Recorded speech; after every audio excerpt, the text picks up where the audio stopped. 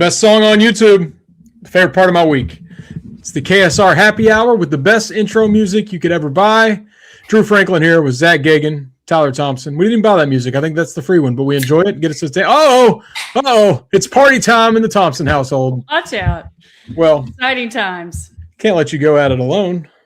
Ooh, that's a pretty one. My favorite, little Witness the Citrus. Hi, it's KSR Happy Hour presented by Country Boy Brewing, our friends at Country Boy, with locations all around Lexington, Georgetown. It's in stores. Found it at Kroger. You getting it in Tennessee yet, or are you still having to smuggle it across the state lines, Tyler? Still smuggling. I got to go to the liquor barn in Bowling Green. It's all right. The people of Tennessee don't deserve it because it's too good, and we like it right here in Kentucky. I know. We used to have it. I used to be able to go down like 2 blocks and get it. I don't know what happened. Distributors worked out. We have it right now as we partake in another KSR Happy Hour Thursday tradition. As I said, got a little Zach, got a little Tyler. Zach, how you doing today? Doing good. I don't, no Country Boy, just the classic Walla with some ice cold water, you know? Got to stay hydrated in portal season. You never know. That's right. How's home life going? I know you've been there a little while, but you're taking care of your yard, enjoying all the finer things. You're in a new part of town. You liking it? Yeah. Honestly, I love it. Yeah, it's been great. The yard work is definitely going to be that's going to be a challenge that is going to take a long time. Probably biting off more than I can chew with that. So we'll see how far we can get. But, mowed the lawn last weekend for the first time in like 10 years for myself. So that I pat myself on the back for that one. It's like what's it called? Where it's just kind of soothing, like it's calming, whatever words you want to use for like just kind of using the mower all day. So yeah, it was nice. But we'll see how nice I can make the yard look. But we're getting there slowly but surely. I need to put you in touch with my friend Kyle. He just got a house, and he's always lived downtown, and he's overwhelmed with what comes along with yard work. He bought a big thing of mulch yesterday. He didn't know what that cost, so he's enjoying that. Set you two up. But enough about that. Let's talk about all the news going on because it does not stop, Tyler. I mean, I feel like we always say something is a busy season, but then the next season is just as busy, and portal season has been absolute chaos. Have y'all slept? We getting any sleep? Off and on, it feels like. I mean, so it opened on Monday at midnight, or I guess Tuesday at midnight. So Monday night going into Tuesday. And I forgot like what day it. Oh, is that Tyler freezing? 10. There we go. Oh, you froze. Okay. There you go. You're back. Carry on. You're back. It was just for a second. We're glitching. You're good. Carry on. But yeah, busy times, forgetting what day it is. Like looking at the feed of people's names, just scrolling on Twitter, and it's names I've never heard of. And all of a sudden Kentucky's involved, and it's like, oh crap, I better get to know that name. So I'm reading up on Terrence Brown and Neocleus Abdallas, who if he comes here, I'm going to have to learn to say that name better. But yeah, I thought it was Friday crazy. Until about noon. I will admit. Like, I think I wrote Friday in the YouTube video that I was posting for the football stuff. I wrote Friday multiple times in there. And it wasn't until I was counting the days on my fingers that I realized that today was Thursday. Well, I misspelled Collin Chandler on an email that went out to our all of our email subscribers. Right when I hit send, I saw it, and I'm like trying to pull it back from my computer. No, we've got a big list. Subscribe to that, by the way, KSR's newsletter. And if you saw the typo, Collin Chandler's, I made plural. That was on me. That's my bad. Hand up. I messed up. But we'll start there with Collin Chandler, singular Collin Chandler, not both of them. He entered the portal yesterday with a do not contact tag. We see those occasionally. They don't seem to last very long. We waved goodbye. We all debated it, wrote about it, talked about it on our shows. KS board was hot with opinions. And then today, news comes out from our own Joe Tipton that potentially Kentucky's still on the table. We all kind of thought it was over. I still lean that it's over. But Tyler, where do you stand in the Collin Chandler? A, him leaving, and B, the possibility that he left open that he could return. Does the do not contact tag apply to the old school, like the school that you're leaving? I guess not. Like, I guess it's. I never thought about it that way. Yeah. So, I mean, if you followed what happened on Wednesday night, thinking back what day it was, it seemed like a surprise that Chandler entered the portal because he seemed like one of the safest bets to come back. He has the close relationship with Pope, who recruited him to BYU 4 years ago. And it seemed like he was one of the priorities among the returning players, but he didn't like the number that UK came with, and UK didn't like that number. But another school did. BYU seemed to really like that number. So is what happened today, the fact that he's still willing to listen to UK, is that an indicator that BYU doesn't really like that number, or that UK is willing to come up? Like, I guess that's where we are with this. I thought it was very interesting that even after getting in with the do not contact tag, he's still leaving the door open, which tells me that maybe the things in Provo aren't quite as set as we were believed to be. That, or maybe Mark Pope slept on it, woke up and he was missing him, and he thought, wait a minute, I can't let him go. It's like an ex. You're like, yeah, I'm fine, and then you're not fine, and you're texting him in the middle of the night. Maybe we got that situation going on, Zach. Yeah, it could be. I mean, the Jack Pilgrim and Jacob both reported the number on KS Sport. I won't spoil it. Go over there and check it out if you haven't seen it. That BYU, I guess, apparently offered him. So, I mean, it is kind of odd. Like, is it a leverage play? Like, yeah, maybe that number was not set in stone, and then Chandler, maybe BYU maybe backed off it a little bit, and maybe that's why Kentucky's kind of leaving the door open, or he's leaving the door open with Kentucky to maybe use that as a leverage play. Definitely. Even speaking with all the do not contact stuff and the fact that the door's open with Kentucky, Pete Nakos and Joe Tipton still put in picks for BYU, which tells me that, like Drew said, it's probably more likely than not that Chandler will end up going to BYU. Makes sense. Back home, he's from Utah. He was the Gatorade Player of the Year there. He's got a lot of family there. I believe his wife is from there. Are they all from there as well? That the whole they were in second grade together in Farmington. That's right. Yes, I did see that picture that came out from the doc. So, which is cute. Not gonna lie, good for them. But yeah, so just in terms of the actual on-court situation, like Chandler played 27 minutes a game last season. He was really good at shooting threes. He's a good athlete, but that team went 22-14. And if you bring him back to be your starting 2 or 3 guard, unless he makes a significant leap, is that worth it? Especially with that reported dollar amount. I'm fine with bringing him back if it's for a lower amount of money and maybe a slightly lower role where, the kid just couldn't really dribble the ball at all. So I have a hard time trying to give a guy that much money who just struggles to dribble the ball and isn't necessarily a high level defender. So, maybe Pope did say, look, I can offer you a little bit less money, but I can offer you maybe a similar role to last year, and maybe a little bit smaller role, something like that, and we can try and make things work. Maybe he just needs a better point guard around him. I'm sure that would help as well. That would help everyone's life if they have a real point guard around them. So you can talk yourself into it a million ways if he does coming back to Kentucky, but ultimately it probably doesn't matter because BYU is definitely feels like they're in the driver's seat here. But it's definitely it makes for good content. I'll say that. The last 12 hours have not been quiet on the Collin Chandler angle. No, and that's one I wanted back. I'm not shying away from that, but if he is commanding a lot of money, and it's been said he could be the second highest paid player, I actually side with Pope on that. As much as I love Collin Chandler, we can't just keep giving blank checks to people. I think part of the problem last year, as you see being a 9 seed in the SEC tournament and losing in the first week in the NCAA, he overpaid for just about everybody, and it's going to be a difficult conversation to tell them, I know I paid you this last year, but I am cutting your pay this year. You can see why guys would want to look around. The three-point shooting will obviously be missed. We know how good he was there. He kind of had a little bit of a clutch gene. The 3 against Tennessee stands out. I mean, he made that incredible throw at LSU, kind of a one-off situation there. He had some timely steals and comebacks. There's a bucket that in Knoxville. He helped, I believe, Otega Owe with a go-ahead bucket. I mean, he made several big-time plays. Too, I think he had a big Arkansas game. Yeah, he had a lot of kind of the kill shots, and not that's a run, but the bucket that kind of sealed some games up. And then, of course, just little things like that dunk in the preseason or in the non-conference. Clearly very athletic. That block he had against Iowa State, you could see a lot of potential there. But at the same time, let's just say he wanted $3 million. You could go out and get 2 guys at $1.5 million that could easily cover what you're losing with Chandler. Now, Tyler, the question is, do we trust Mark Pope to go out and do it? There are a lot of guard names out there, and we'll get to all the names here in a minute. You don't have to name those now.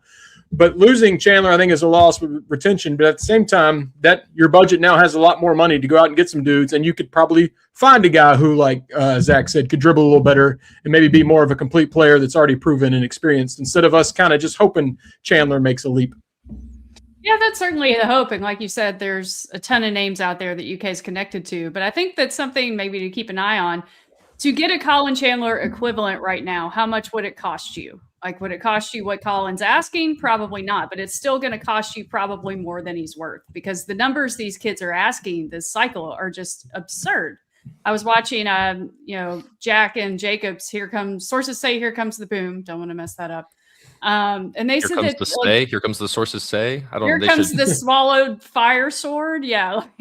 Oh yeah. I wish we had him on here to talk about that. Circus member. But yeah, like $1 million is just the flat like base rate right now, and then just imagine what the biggest of the big guys are getting, and then kind of scale back, and then you have what Collin's getting, but then maybe not as far under it as you would think is what a Collin equivalent would be. So, but I'm just happy that it seems like Pope was willing to say no to an outlandish number for somebody he really cares about and who has played in his system, because maybe that indicates things are going to go in a different direction. We're not going to overpay. We're not going to do what we did last year and just shell out these crazy amounts for players who may not exactly be worth that. And I think that's maybe where the impact of a Keegan Brown is coming in, where you have Pope in the meeting at the table, and Collin throws out the number, and Pope in his mind is like, oh, I love Collin Chandler. I love him so much. And Keegan's like, not so fast. Let's talk about this, because they have a lot of money. We know that, but they have a lot of things they need to get. So if Pope was willing to draw a line in the sand here, I think that's actually a good sign.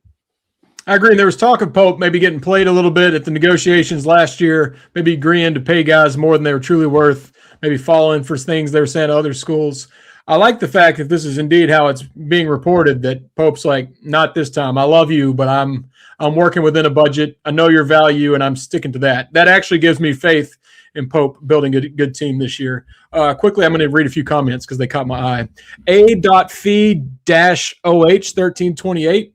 It's a lot going on there, but said they love Blank Check as a kid. The movie, love that movie. Ooh. Shout out to Mr. McIntosh. I watched that recently. Macaulay Culkin in that? No, that was Richie Rich, I think. Blank Check, little kid, he found a literal blank check and made it out to himself and has fun with it. Great movie. It's on Disney Plus right now. I watched it recently. And then someone asked, I want to get the shout out. They're asking about the newsletter. Tyler, how can they sign up for the newsletter? Good question. I will find the link and we'll put it in the chat. Yeah, we need to pop that up there. It's also on the website. It's scattered around our various places, but we'll make it easy on you here. But you should get signed up for the newsletter. Guess what? It costs $0, and when breaking news happens, go straight to your inbox. It's a fun time. Love free. All right, just put it in the chat. Boom. How about that? Look at that. People helping people. A few others. It failed to post. So. Well, we'll get it there. Hey, sit tight. What was your name again? JC313. Sit tight. All right, so let's just operate on the assumption that Chandler is, in fact, gone. A lot of names in the portal. And we'll start with one more of a point guard, but news just came out, Zach, that Zoom Diallo from Washington, big name in the portal, would love to get him, has set up a Zoom with Kentucky. We love Zooming, and we're going to Zoom with Zoom and hopefully lead to a boom. Zach, what do you know about Zoom Diallo? I know that he'd be great for my brand if he came to Kentucky, so yes. I'm rooting for it from just that perspective. I know Steven and Brandon Ramsey are in that same boat. Like I said, the pun gun is loaded and ready for Zoom Diallo to come and run some Zoom action. But yeah, so he's I think it was 2 seasons at Washington for Zoom. Kind of like a bigger point guard type guy. Was kind of recruited by John Calipari when Cal was still at Kentucky, so that some Kentucky fans might remember him a little bit from that. I don't think they ever really got too serious with him, but he elected to stay home, played for Danny Sprinkle. They didn't win really anything in his first 2 years, so he's not exactly been a winning player in college so far, but he's very interesting offensive player. Like, just got a lot of kind of interesting tools. Like I said, he's long, he's big. I think he's probably more of a point guard than anything else, so that's the position he's probably going to want to play at his next stop. So he's a guy that you could kind of see coming in and fitting pretty well. Shot really well on his twos and his free throws. Not a great three-point shooter is the main thing with him. But, you can kind of talk yourself into all the other stuff and all the other intangibles and skill sets and everything. So he's definitely an interesting one. He's going to be visiting, I think, Friday and Saturday, is what KSR's Jacob Polachek has just. Yeah, Jacob confirmed that. Somebody in the chat asked, and Jacob did get it confirmed. So Friday through Saturday, that'll be, I believe he's the first, at least, public visit that we know of in the portal so far. So I know there's been a lot of Zoom not Zoom Diallo, but Zoom meetings happening. It's amazing. We're still using Zoom in these days. I love some Zoom. Yeah, a lot of Zoom and FaceTimes as well. So yeah, that's a big name. He's a big. I think. Let me see. Double check real quick. Just what he's. Does anyone want to guess his first name? His real first name? Oh, I just want it to be Zoom. I actually would rather you not ruin it. I'll say Edward. I'm going with Edward. No, it's not Edward. It's it plays off Zoom a little bit. It looks like it's Vazumana. That was going to be my second guess. So there's like a Zoom in there. But yes, he's ranked On3 has him at 33rd among all portal players, 9th best point guard. So there's a lot of good point guards in there. So but yes, he's very, very much an interesting player, and he's coming on campus. So that's all you need to know, that Pope is very interested in. Like, when guys are on campus, that's how you know that they are real, legitimate, top tier, the A tier targets. So pretty clear that Zoom is in that category. Yeah, especially getting them off Zoom in person. Week. Yeah, it is. Keeneland, is this going to be one of our Keeneland visitors that goes to the winner circle and gets the whole tour? Let's just hope that Pope doesn't pretend that Zoom Diallo cares about horses. Like, this guy's from Washington. Like, I don't think he's necessarily going to be all freaked out by seeing some giant horses. So let's remove that. And then Malachi's been living at Keeneland, it seems like, the last week. So Malachi just needs to set up shop there and just kind of be the Keeneland host for all the recruiting visits. Yeah, hopefully Malachi's not getting into that degenerate gambler like 2 o'clock watching TVG mode. I know he's out there having fun, but there is too much Keeneland we can have. Tyler, what do you think about Zoom? There is for the people that have optimism in Tyron Stokes still, I mean, it wouldn't hurt to have him. He's Tyron Stokes' former teammate. There's clips of him out there throwing lobs to Tyron Stokes. Pope's already gone out and got Mo Williams, who's offered Stokes at Jackson State like 4 years ago. There's a connection there. Wouldn't hurt to have a point guard that knows Stokes if you still have belief in that recruitment. Yeah, I mean, like Zach said, John Calipari recruited him. So if you look at all the players on this board so far, I mean, this guy was a former 5-star. Like, he just seems like a dude, it kind of reminds you of the Cal guys. And it's like, oh, that guy can really play. So to be fair, not all of those guys, panned out for Cal, but it does seem like we want elite talent. This guy could be elite talent. And yeah, the Stokes thing can't hurt. The Washington connection with Pope is always interesting. I wonder how they talk about that. But yeah, I think he's clearly talented. He's got 2 years of eligibility. I mean, bring it on. I would love to see him. The name is just an added benefit for me. I just love our history with Washington too. We gave them Quade Green, Xavier Wheeler, Keon Brooks. They gave us Mark Pope. I guess we could say they gave us Terrence Jones because he wore a Washington hat for about 24 hours before Calipari flipped him. Let's just add another name to the Kentucky-Washington pipeline. We'll just keep going back and forth with them, Zach. Yeah, absolutely. I'm all in on going after. Is he the guy? I guess you just have to assume that he's the guy that Pope wants to be PG1. Like, he's the kind of the guy that he's looking at. So, when I'm looking at what happened last year compared to the first year, I really liked what obviously Lamont Butler did a great job when he was healthy. Of not being he ended up being a pretty solid knockdown shooter from 3 when he was open, but that wasn't his game. Like, he was more defensive minded, could get guys in the right spot. It feels like that's probably a little, maybe not exactly a 1-to-1 comp, obviously, with Zoom Diallo, but I don't need him to be a 39% 3-point shooter or 38 or whatever. Like, he just needs to be respectable from there and be able to run the offense. And if Pope probably thinks, I think that's kind of the direction Pope is going towards, is maybe going back to what worked in year 1 as opposed to what went wrong last year. So I think he's perfectly capable of running the show a little bit better. And it would just be nice to have a real point guard on the roster, healthy, playing all season, so we can actually kind of see what it looks like.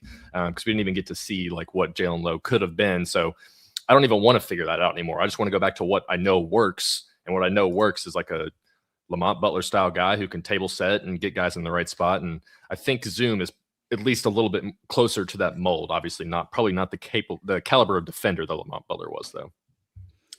Yeah, the list of portal targets that Pope has zoomed with so far, we could do 6 hours just listing all those. But another one today that KSR reported is Colgate's own Jalen Cox met with Kentucky over Zoom. He averaged about 18 a game. He's the 15th ranked combo guard in the portal on the On3 portal rankings. Had some huge scoring outputs late in the season. Had a game with 38, 26, He's a 36% three-point shooter and knocked down 85% from the free throw line. High assist guy. I'd be lying if I said I watched a single Colgate game. That's the fun part of this, is all the people that pretended they watched all of these teams.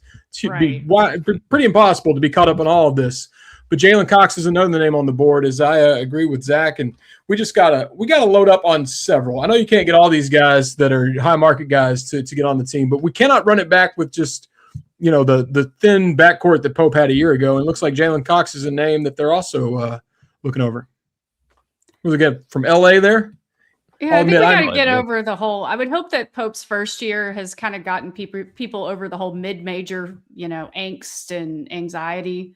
Because these guys, even though they're not from their high name schools that you would know, they've proven to be really good players. I mean, Ainsley Almanor, Mari Williams, just because you don't know the name of the school or you don't respect whatever league it is, they can be legit players. So I remember Florida getting a guy named Walter Clayton Jr. out of Iona. I hadn't seen a lot of Iona before he went to Florida, but that guy was pretty good. This NCAA tournament was filled with similar people. Heck, Iowa had a team with like Division II people. I think there was one guy from Wyoming and then a couple of 3-stars.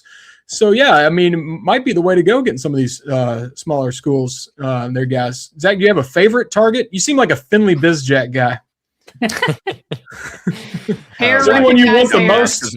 I mean, Rob Wright's a big name now. I think Joe Tipton reported Louisville and Ohio State in the mix for him. He's obviously a popular one. Do you have a favorite you would love to see Pope go out and get? It is Rob Wright right now, at least among the guys that I've seen kind of connected to Kentucky. It seems like it's definitely a lot of backcourt pieces that Pope is kind of going after right now. But Rob Wright is just, I mean, he's got a lot of production, a lot of stats to back it up. Has played in the NCAA tournament both years.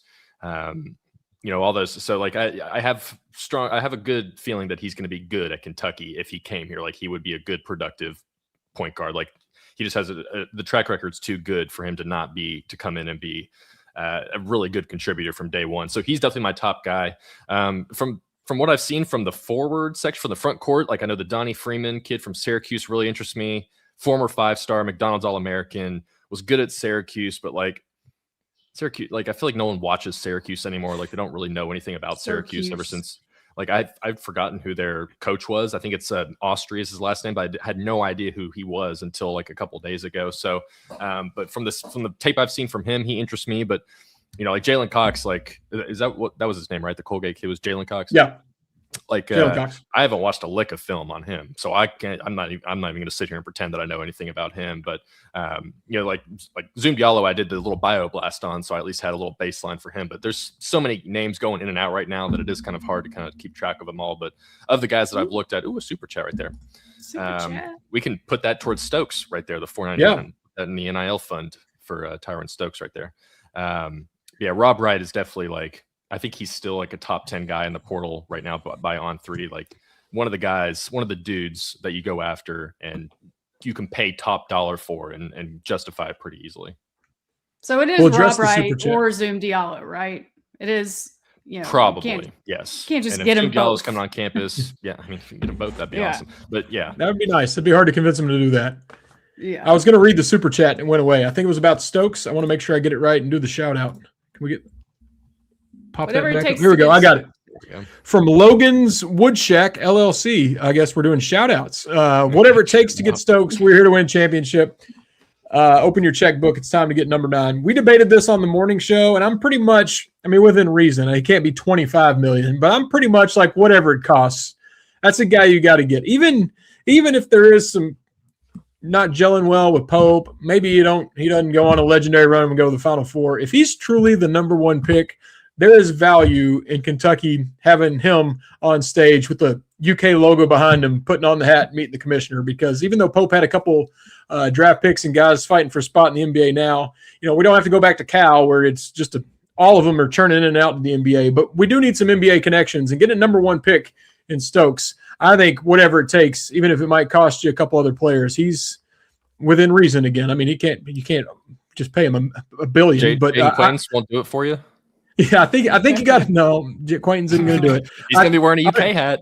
Or I don't the know UK if you logo are is going to this. be in the back there. Yeah, that's going to go well, by the way. But I'm of the belief that even if it costs you with someone else, you've got to do whatever it takes to get Stokes because he can truly change the perception of your program around. Does anyone disagree and think maybe it's not worth it?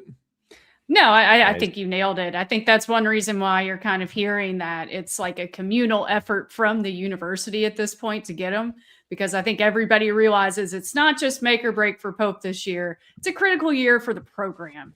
It feels like the reputation is slipping a little bit, and say Stokes goes to Kansas instead of Kentucky and he has the year that he could have and he's the number 1 draft pick, and with Nike, his face is going to be everywhere. He'd probably come out with his own shoe like Darius Acuff did at Arkansas. So missing on that would be really bad. And for Pope, it could be huge. It could prove that he can land a top recruit and coach him. I mean, I just think you can't overstate it. And that's why there is such a big push. We are going to get to see him play this weekend. So is anybody staying up for the Nike Hoop Summit on, I think it was Saturday? I will probably not be tuned in live, but I will catch the highlights and I will be rooting for Team Nike in the war against Adidas. Zach, you'll be dialed in. A lot of women's recruits. I think Madden Greenway and Savvy Right. Swords are both both participating in that. So that's another notable thing there as well. Don't they have this one like late at night or something? Or am I remembering this wrong? Like it's late-ish. I mean, they're in Oregon, so it's naturally going to be a little later. It's not. We don't have to like get up at 3 a.m. or anything crazy like it's the World Cup over. Is it past overseas. 9 o'clock? Because I'm going to bed.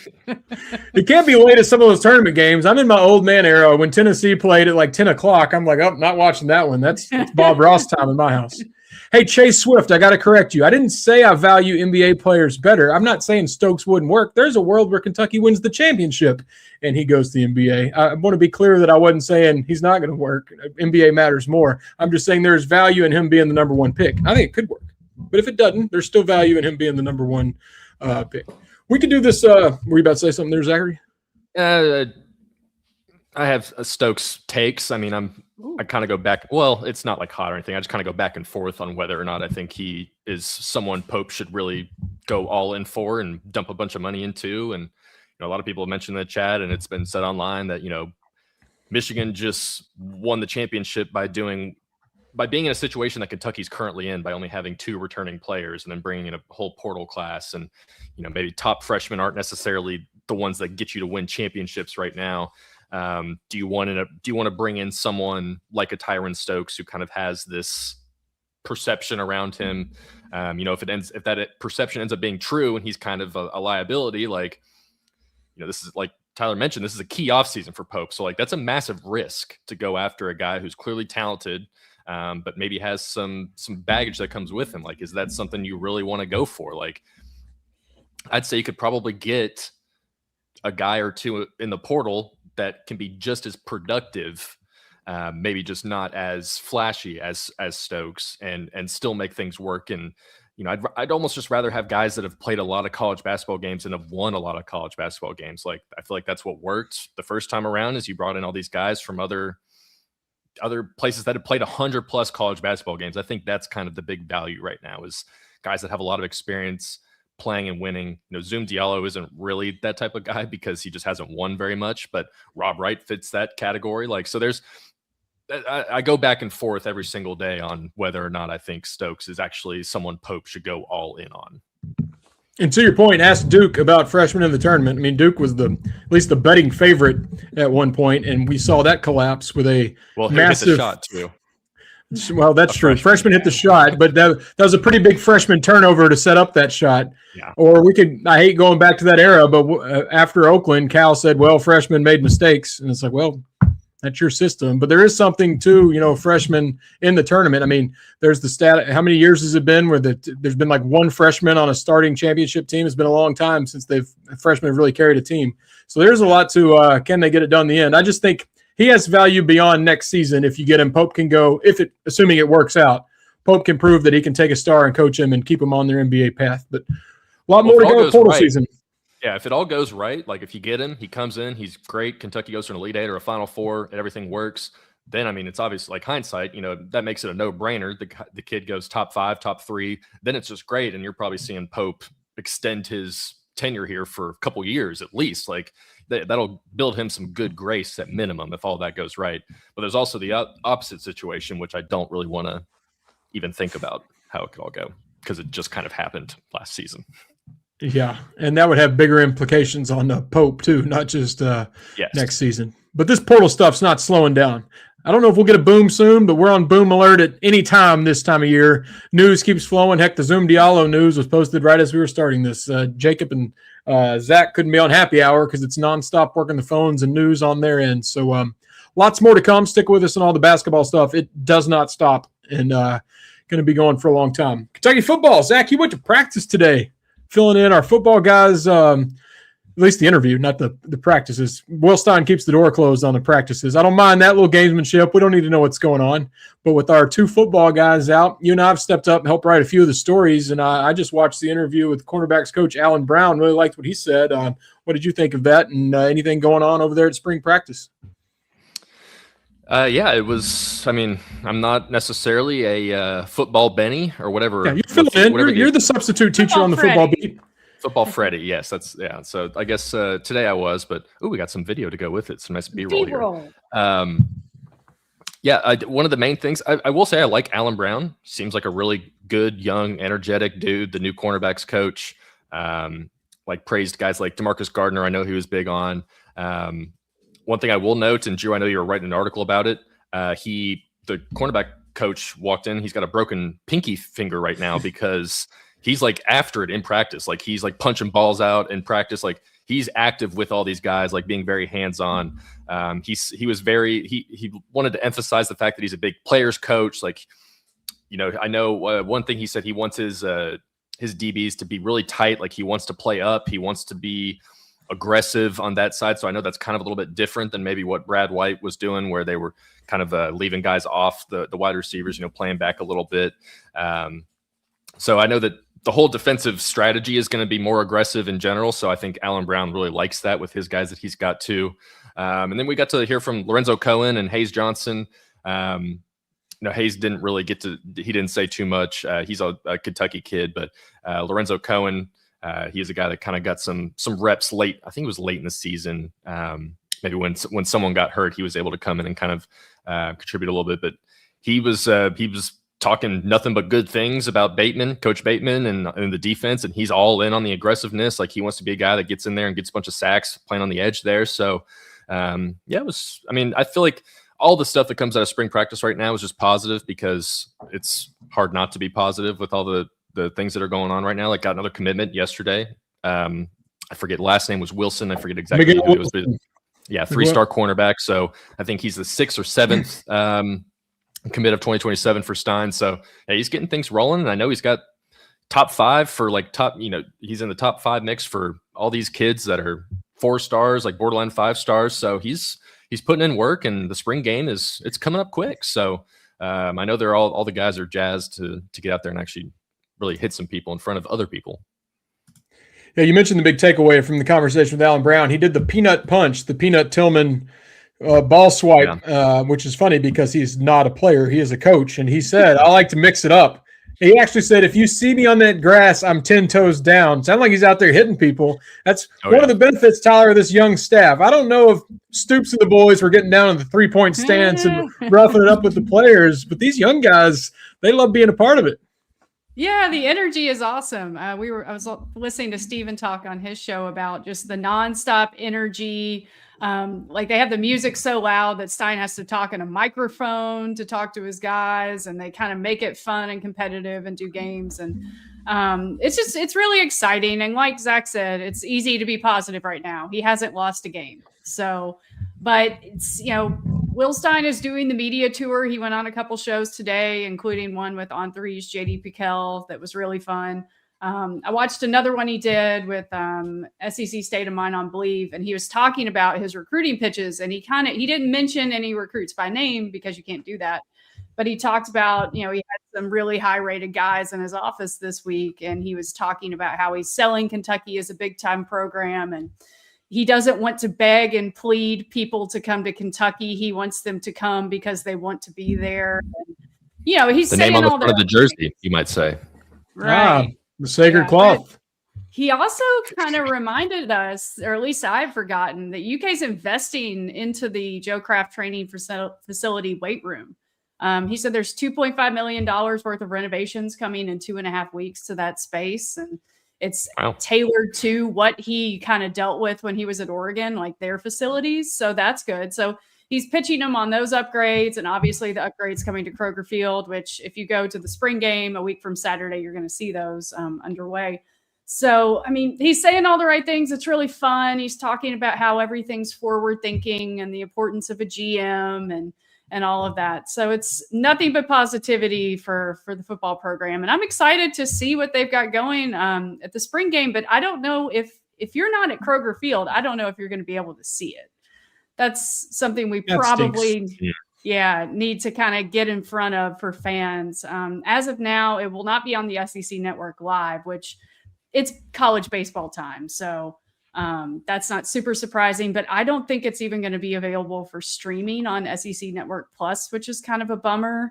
I think it'd be easy to do, but right. Yeah. But maybe it's another gamesmanship thing. Like maybe Will Stein doesn't want it to be out there. So who knows, but we will have eyes and ears and boots on the ground at Kroger Field to bring it all to you. Hopefully this means we'll get a little more leeway when it comes to footage we can use and we can have a highlight reel. So fingers crossed, but I'm digging all the stuff coming out of the Joe Kraft Center football training facility center, Joe Kraft. the JCFTC, Joe Kraft football training. No, I messed that up. The other Joe Kraft building. Yeah, different than the Joe Kraft Center, which is attached to Memorial. He's everywhere. Joe Kraft Football Training Center, JCFTC. There we go. I had it right. There is a buzz around town about the spring game. I hate that people won't be able to watch it outside of Lexington. But yesterday I was at one of the million doctor's appointments. I feel like I'm at the doctor's office every day with the baby around the corner. You've got good reason. Yeah, I got parents going through stuff. I mean, you will find me in the lobby of a hospital lately. But I bring that up because my wife went back yesterday for an appointment, and I sit down with her, and the nurse walks in. She's kind of energetic. She made me laugh when she was walking us to the back. And she doesn't look at my wife, who's lifted up her shirt, waiting to, have the get her belly checked out. She looks at me. I guess she recognizes me from happy hour, and she just goes, "I can't wait for the spring game. I got my tickets," and I'm just laughing it up. Well, we spent 5 minutes talking about the spring game at a baby doctor's appointment. Just this nurse, she was so excited to go, and that's one of many examples of people you run into around Lexington who are excited. Feel like there's going to be a lot of tailgating. It'll be a lot like Stoops' first year. I remember fans treated it like an actual game with their tailgating setup. The stadium had a lot more seats. There's construction this year, so I don't think we can match the attendance. But there is a big buzz to go see what Will Stein's brewing over there. Keeneland Day, too. Keeneland Day. And Vanderbilt baseball. That's true. You could do the doubleheader. That's here in Lexington. Yeah, it's here. Oh, wow. And so they've timed it. They've timed it where you can pretty much just walk right over to it. I actually told the nurse about that, and she didn't know. So I think she's going to be doing the baseball doubleheader. But I brought that up just to say people are fired up. I know basketball, March wasn't as long as we wanted it to be, but Will Stein's really got something brewing with the football team. And even though he's trying to keep it as private as possible, the people that are getting in there on April 18th, they're excited. And I don't know how many seats are left, but UK keeps encouraging people to not wait till day of the game to get them, because they might not be there. In years past, you could just show up and find a seat, but this year they're really limiting it and encouraging people to get tickets. So go ahead and do that. Get out there and have some fun. Have y'all been watching the Masters? I have it turned on right now. I'm a Masters guy, and I got to admit, I've seen like 2 minutes of any of it this entire week. I didn't see the par 3. Yeah. I'm looking up for the first time and seeing that Rory's leading. I did bet Rory to shoot under 67.5, and he has a 67, so I guess I've won my first Masters bet. This morning they're doing the ceremonial tee-off, and I had any bets in, and the clock on the app is like you have 3 minutes. I just started firing off, and I put no thought into it, but I had to partake. It's the best time of the year. Tyler, have you been tuned in at all? I know we've been really busy on other things. Yeah, I haven't been able to today. I had like 20 minutes where I could just pull it up on like the masters.com, the streaming thing. And I really just did it for the background noise because it's been a crazy week. So I just kind of needed that to calm me down.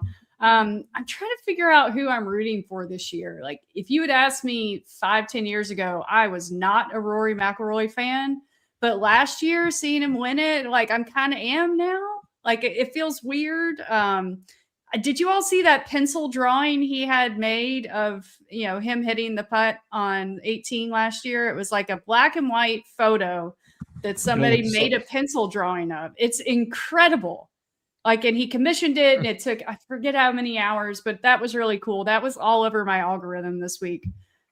along with like the, what Masters concessions you would get and all that stuff. So I love the Masters. It's fun. It's way more fun when, like Tiger and Phil were in their prime. Like that was not, can't miss viewing for me, but I'll still watch this weekend. Oh, is Tiger not playing this week? No, you got a little something going on. I tell you that the Masters was happening today, so I can't wait to hear Zach's takes. This will be fun. Sorry, Zach. Not everybody's a golf guy. I get it. Yeah. I mean, I used to.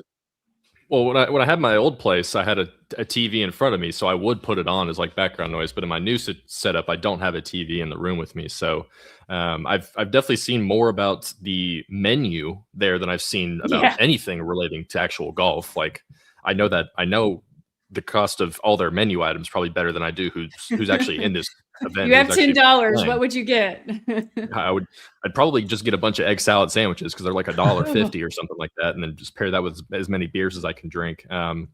Also, some people at the football practice today, some of the media folks were talking about they sell these big gnomes. I didn't realize every year they do. He's got one.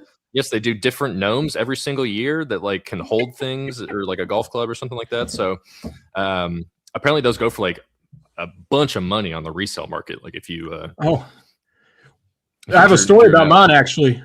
My dad and I got to go to the Masters 2-3 years ago, and we're in the tent like everyone at merchandise shop like everyone else, and I see the gnomes, and people are like legit like Black Friday Walmart fighting each other for the gnomes, and we're staring at it. Neither one of us knew anything about the gnomes. I just wanted some hats and polos.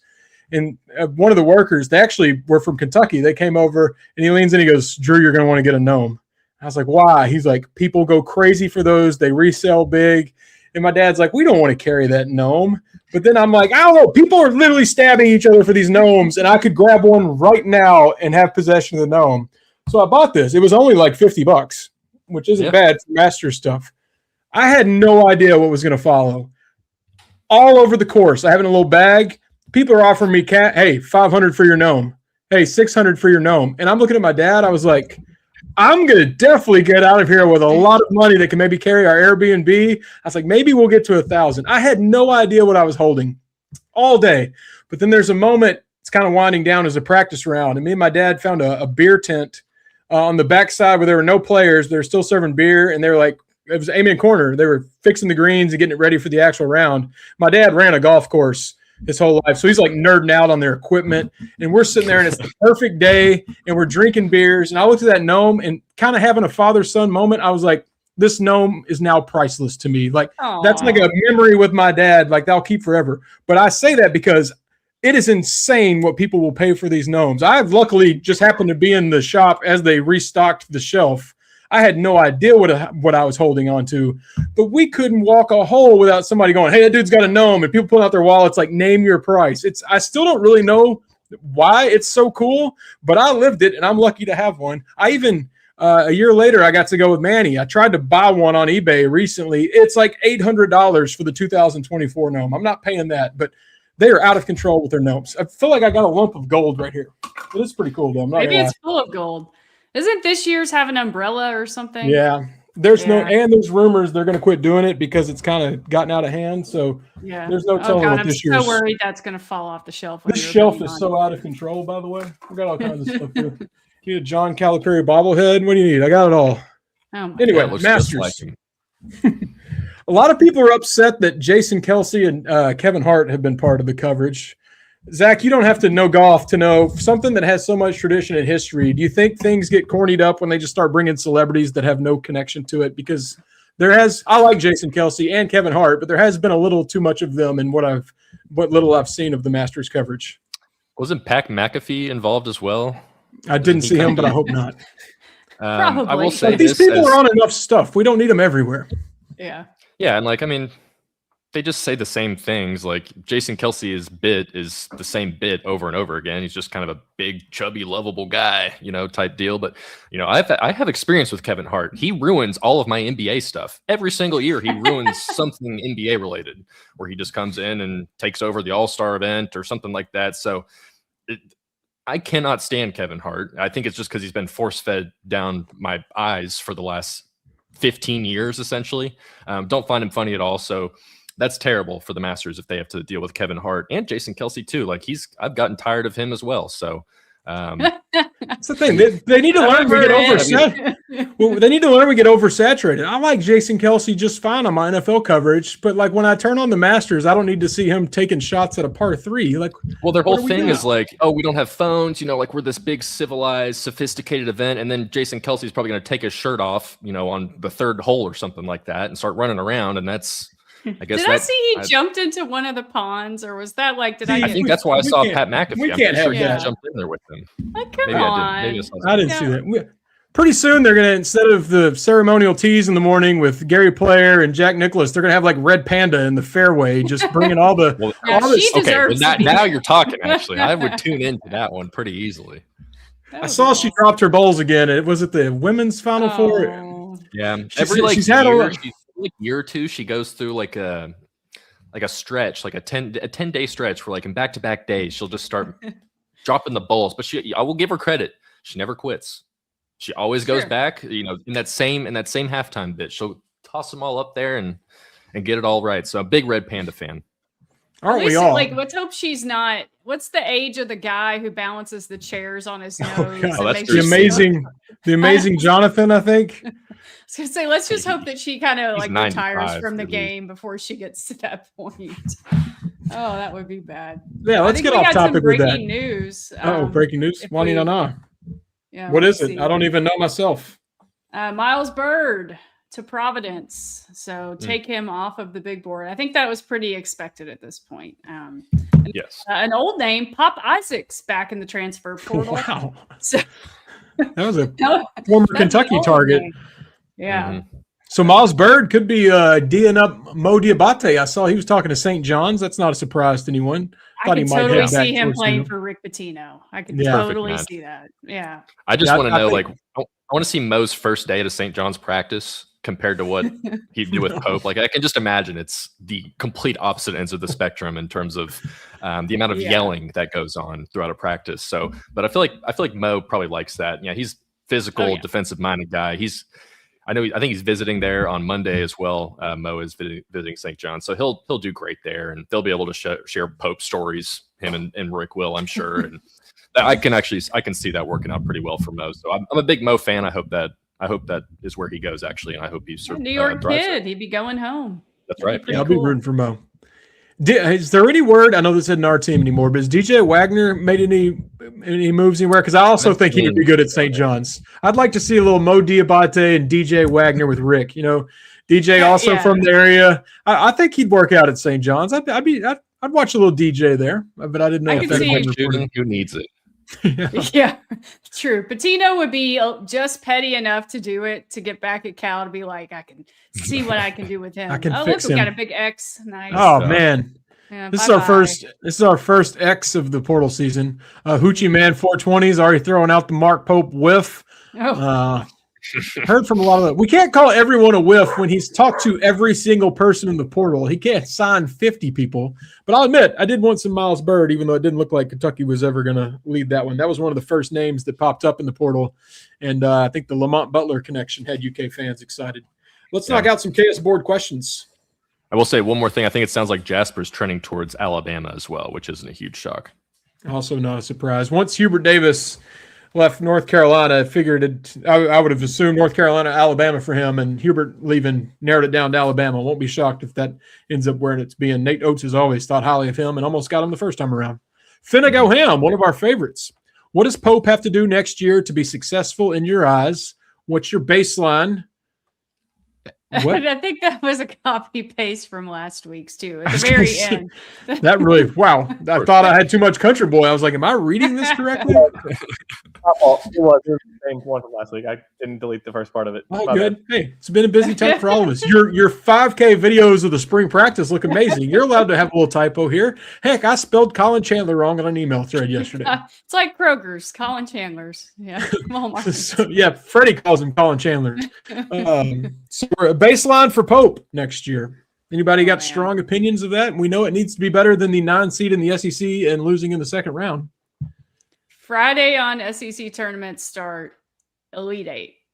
No more Thursday, no more Wednesday, no more Sweet 16 is a weird gray area, but I don't think even that's going to satisfy this fan base. Not that they're the ones deciding, but that's what I would go with. I'm firm with you on starting on Friday the SEC. I mean, if you lose or you lose on Saturday, I can live with it. But this Wednesday and Thursday crap, that ain't us. At least I'd love to win the SEC, but you've at least got to finish in the top 4. This is Kentucky after all. You know, he alleges to understand the assignment, but we're not excusing what happened this past year in the SEC. At least start on Friday, and then we'll see how that goes. Yeah, I think the Elite Eight is like, I mean, weird things can happen if you get to the Sweet 16 or whatever, but like the Elite Eight is, and I feel like he almost has to make it at this point. And like making it to the Elite Eight means that you probably have to start on Friday and be one of those top 4 seeds.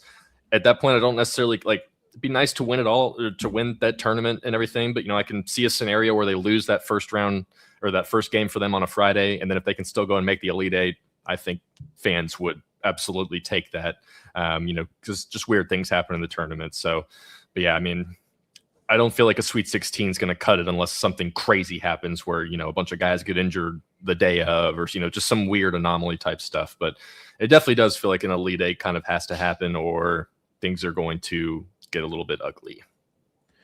And aside from the NCAA tournament, compete for the SEC. We got to win out to not play on Wednesday, or, you know, we're tied with these teams. All the math we have to do on the scenarios, we're done with that. Maybe you're not the 1 seed, but at least in late February going into March, be in the conversation for winning the SEC. I mean, to say you have to win the SEC or bust, I think that's a little too much pressure because the league's gotten so much better. But you need to be a top 4 seed, and preferably top 2, because and part of it is, and Tyler, you too. Well, Zach, you go, but I love the SEC tournament so much, and I'm still not over the fact that we had to play that first Wednesday game. That was ridiculous. So in your own conference, compete, love to win it, and then we'll see what happens in the NCAA tournament. I know Steven and I subscribe to the same same formula. To call a Kentucky season successful, either win the regular season SEC, win the SEC tournament, or make an Elite Eight. If you do 1, that's good. If you do 2, that's great. And heck, if you do all 3, which has rarely been done, then it's a hell of a season. But would love to get any of those 3, Elite Eight, win the SEC regular season, or win the SEC tournament. What's up next? From Feldhouse Effort, can you promise there'll be a commit during happy hour? Oh, well, we're There running was out to of time. Providence. Yeah, Boom. Does that count? I will We not gotta- promise. Go for a couple more hours. Do y'all want to stay on until there's a boom? We'll just do one of those forever streams. We'll just be waiting, going like, you know, Zoom Diallo's visit, just breaking it down. We'll have somebody like following him around. I mean, that news sort of broke during happy hour, so maybe that counts. He's We'll count visiting.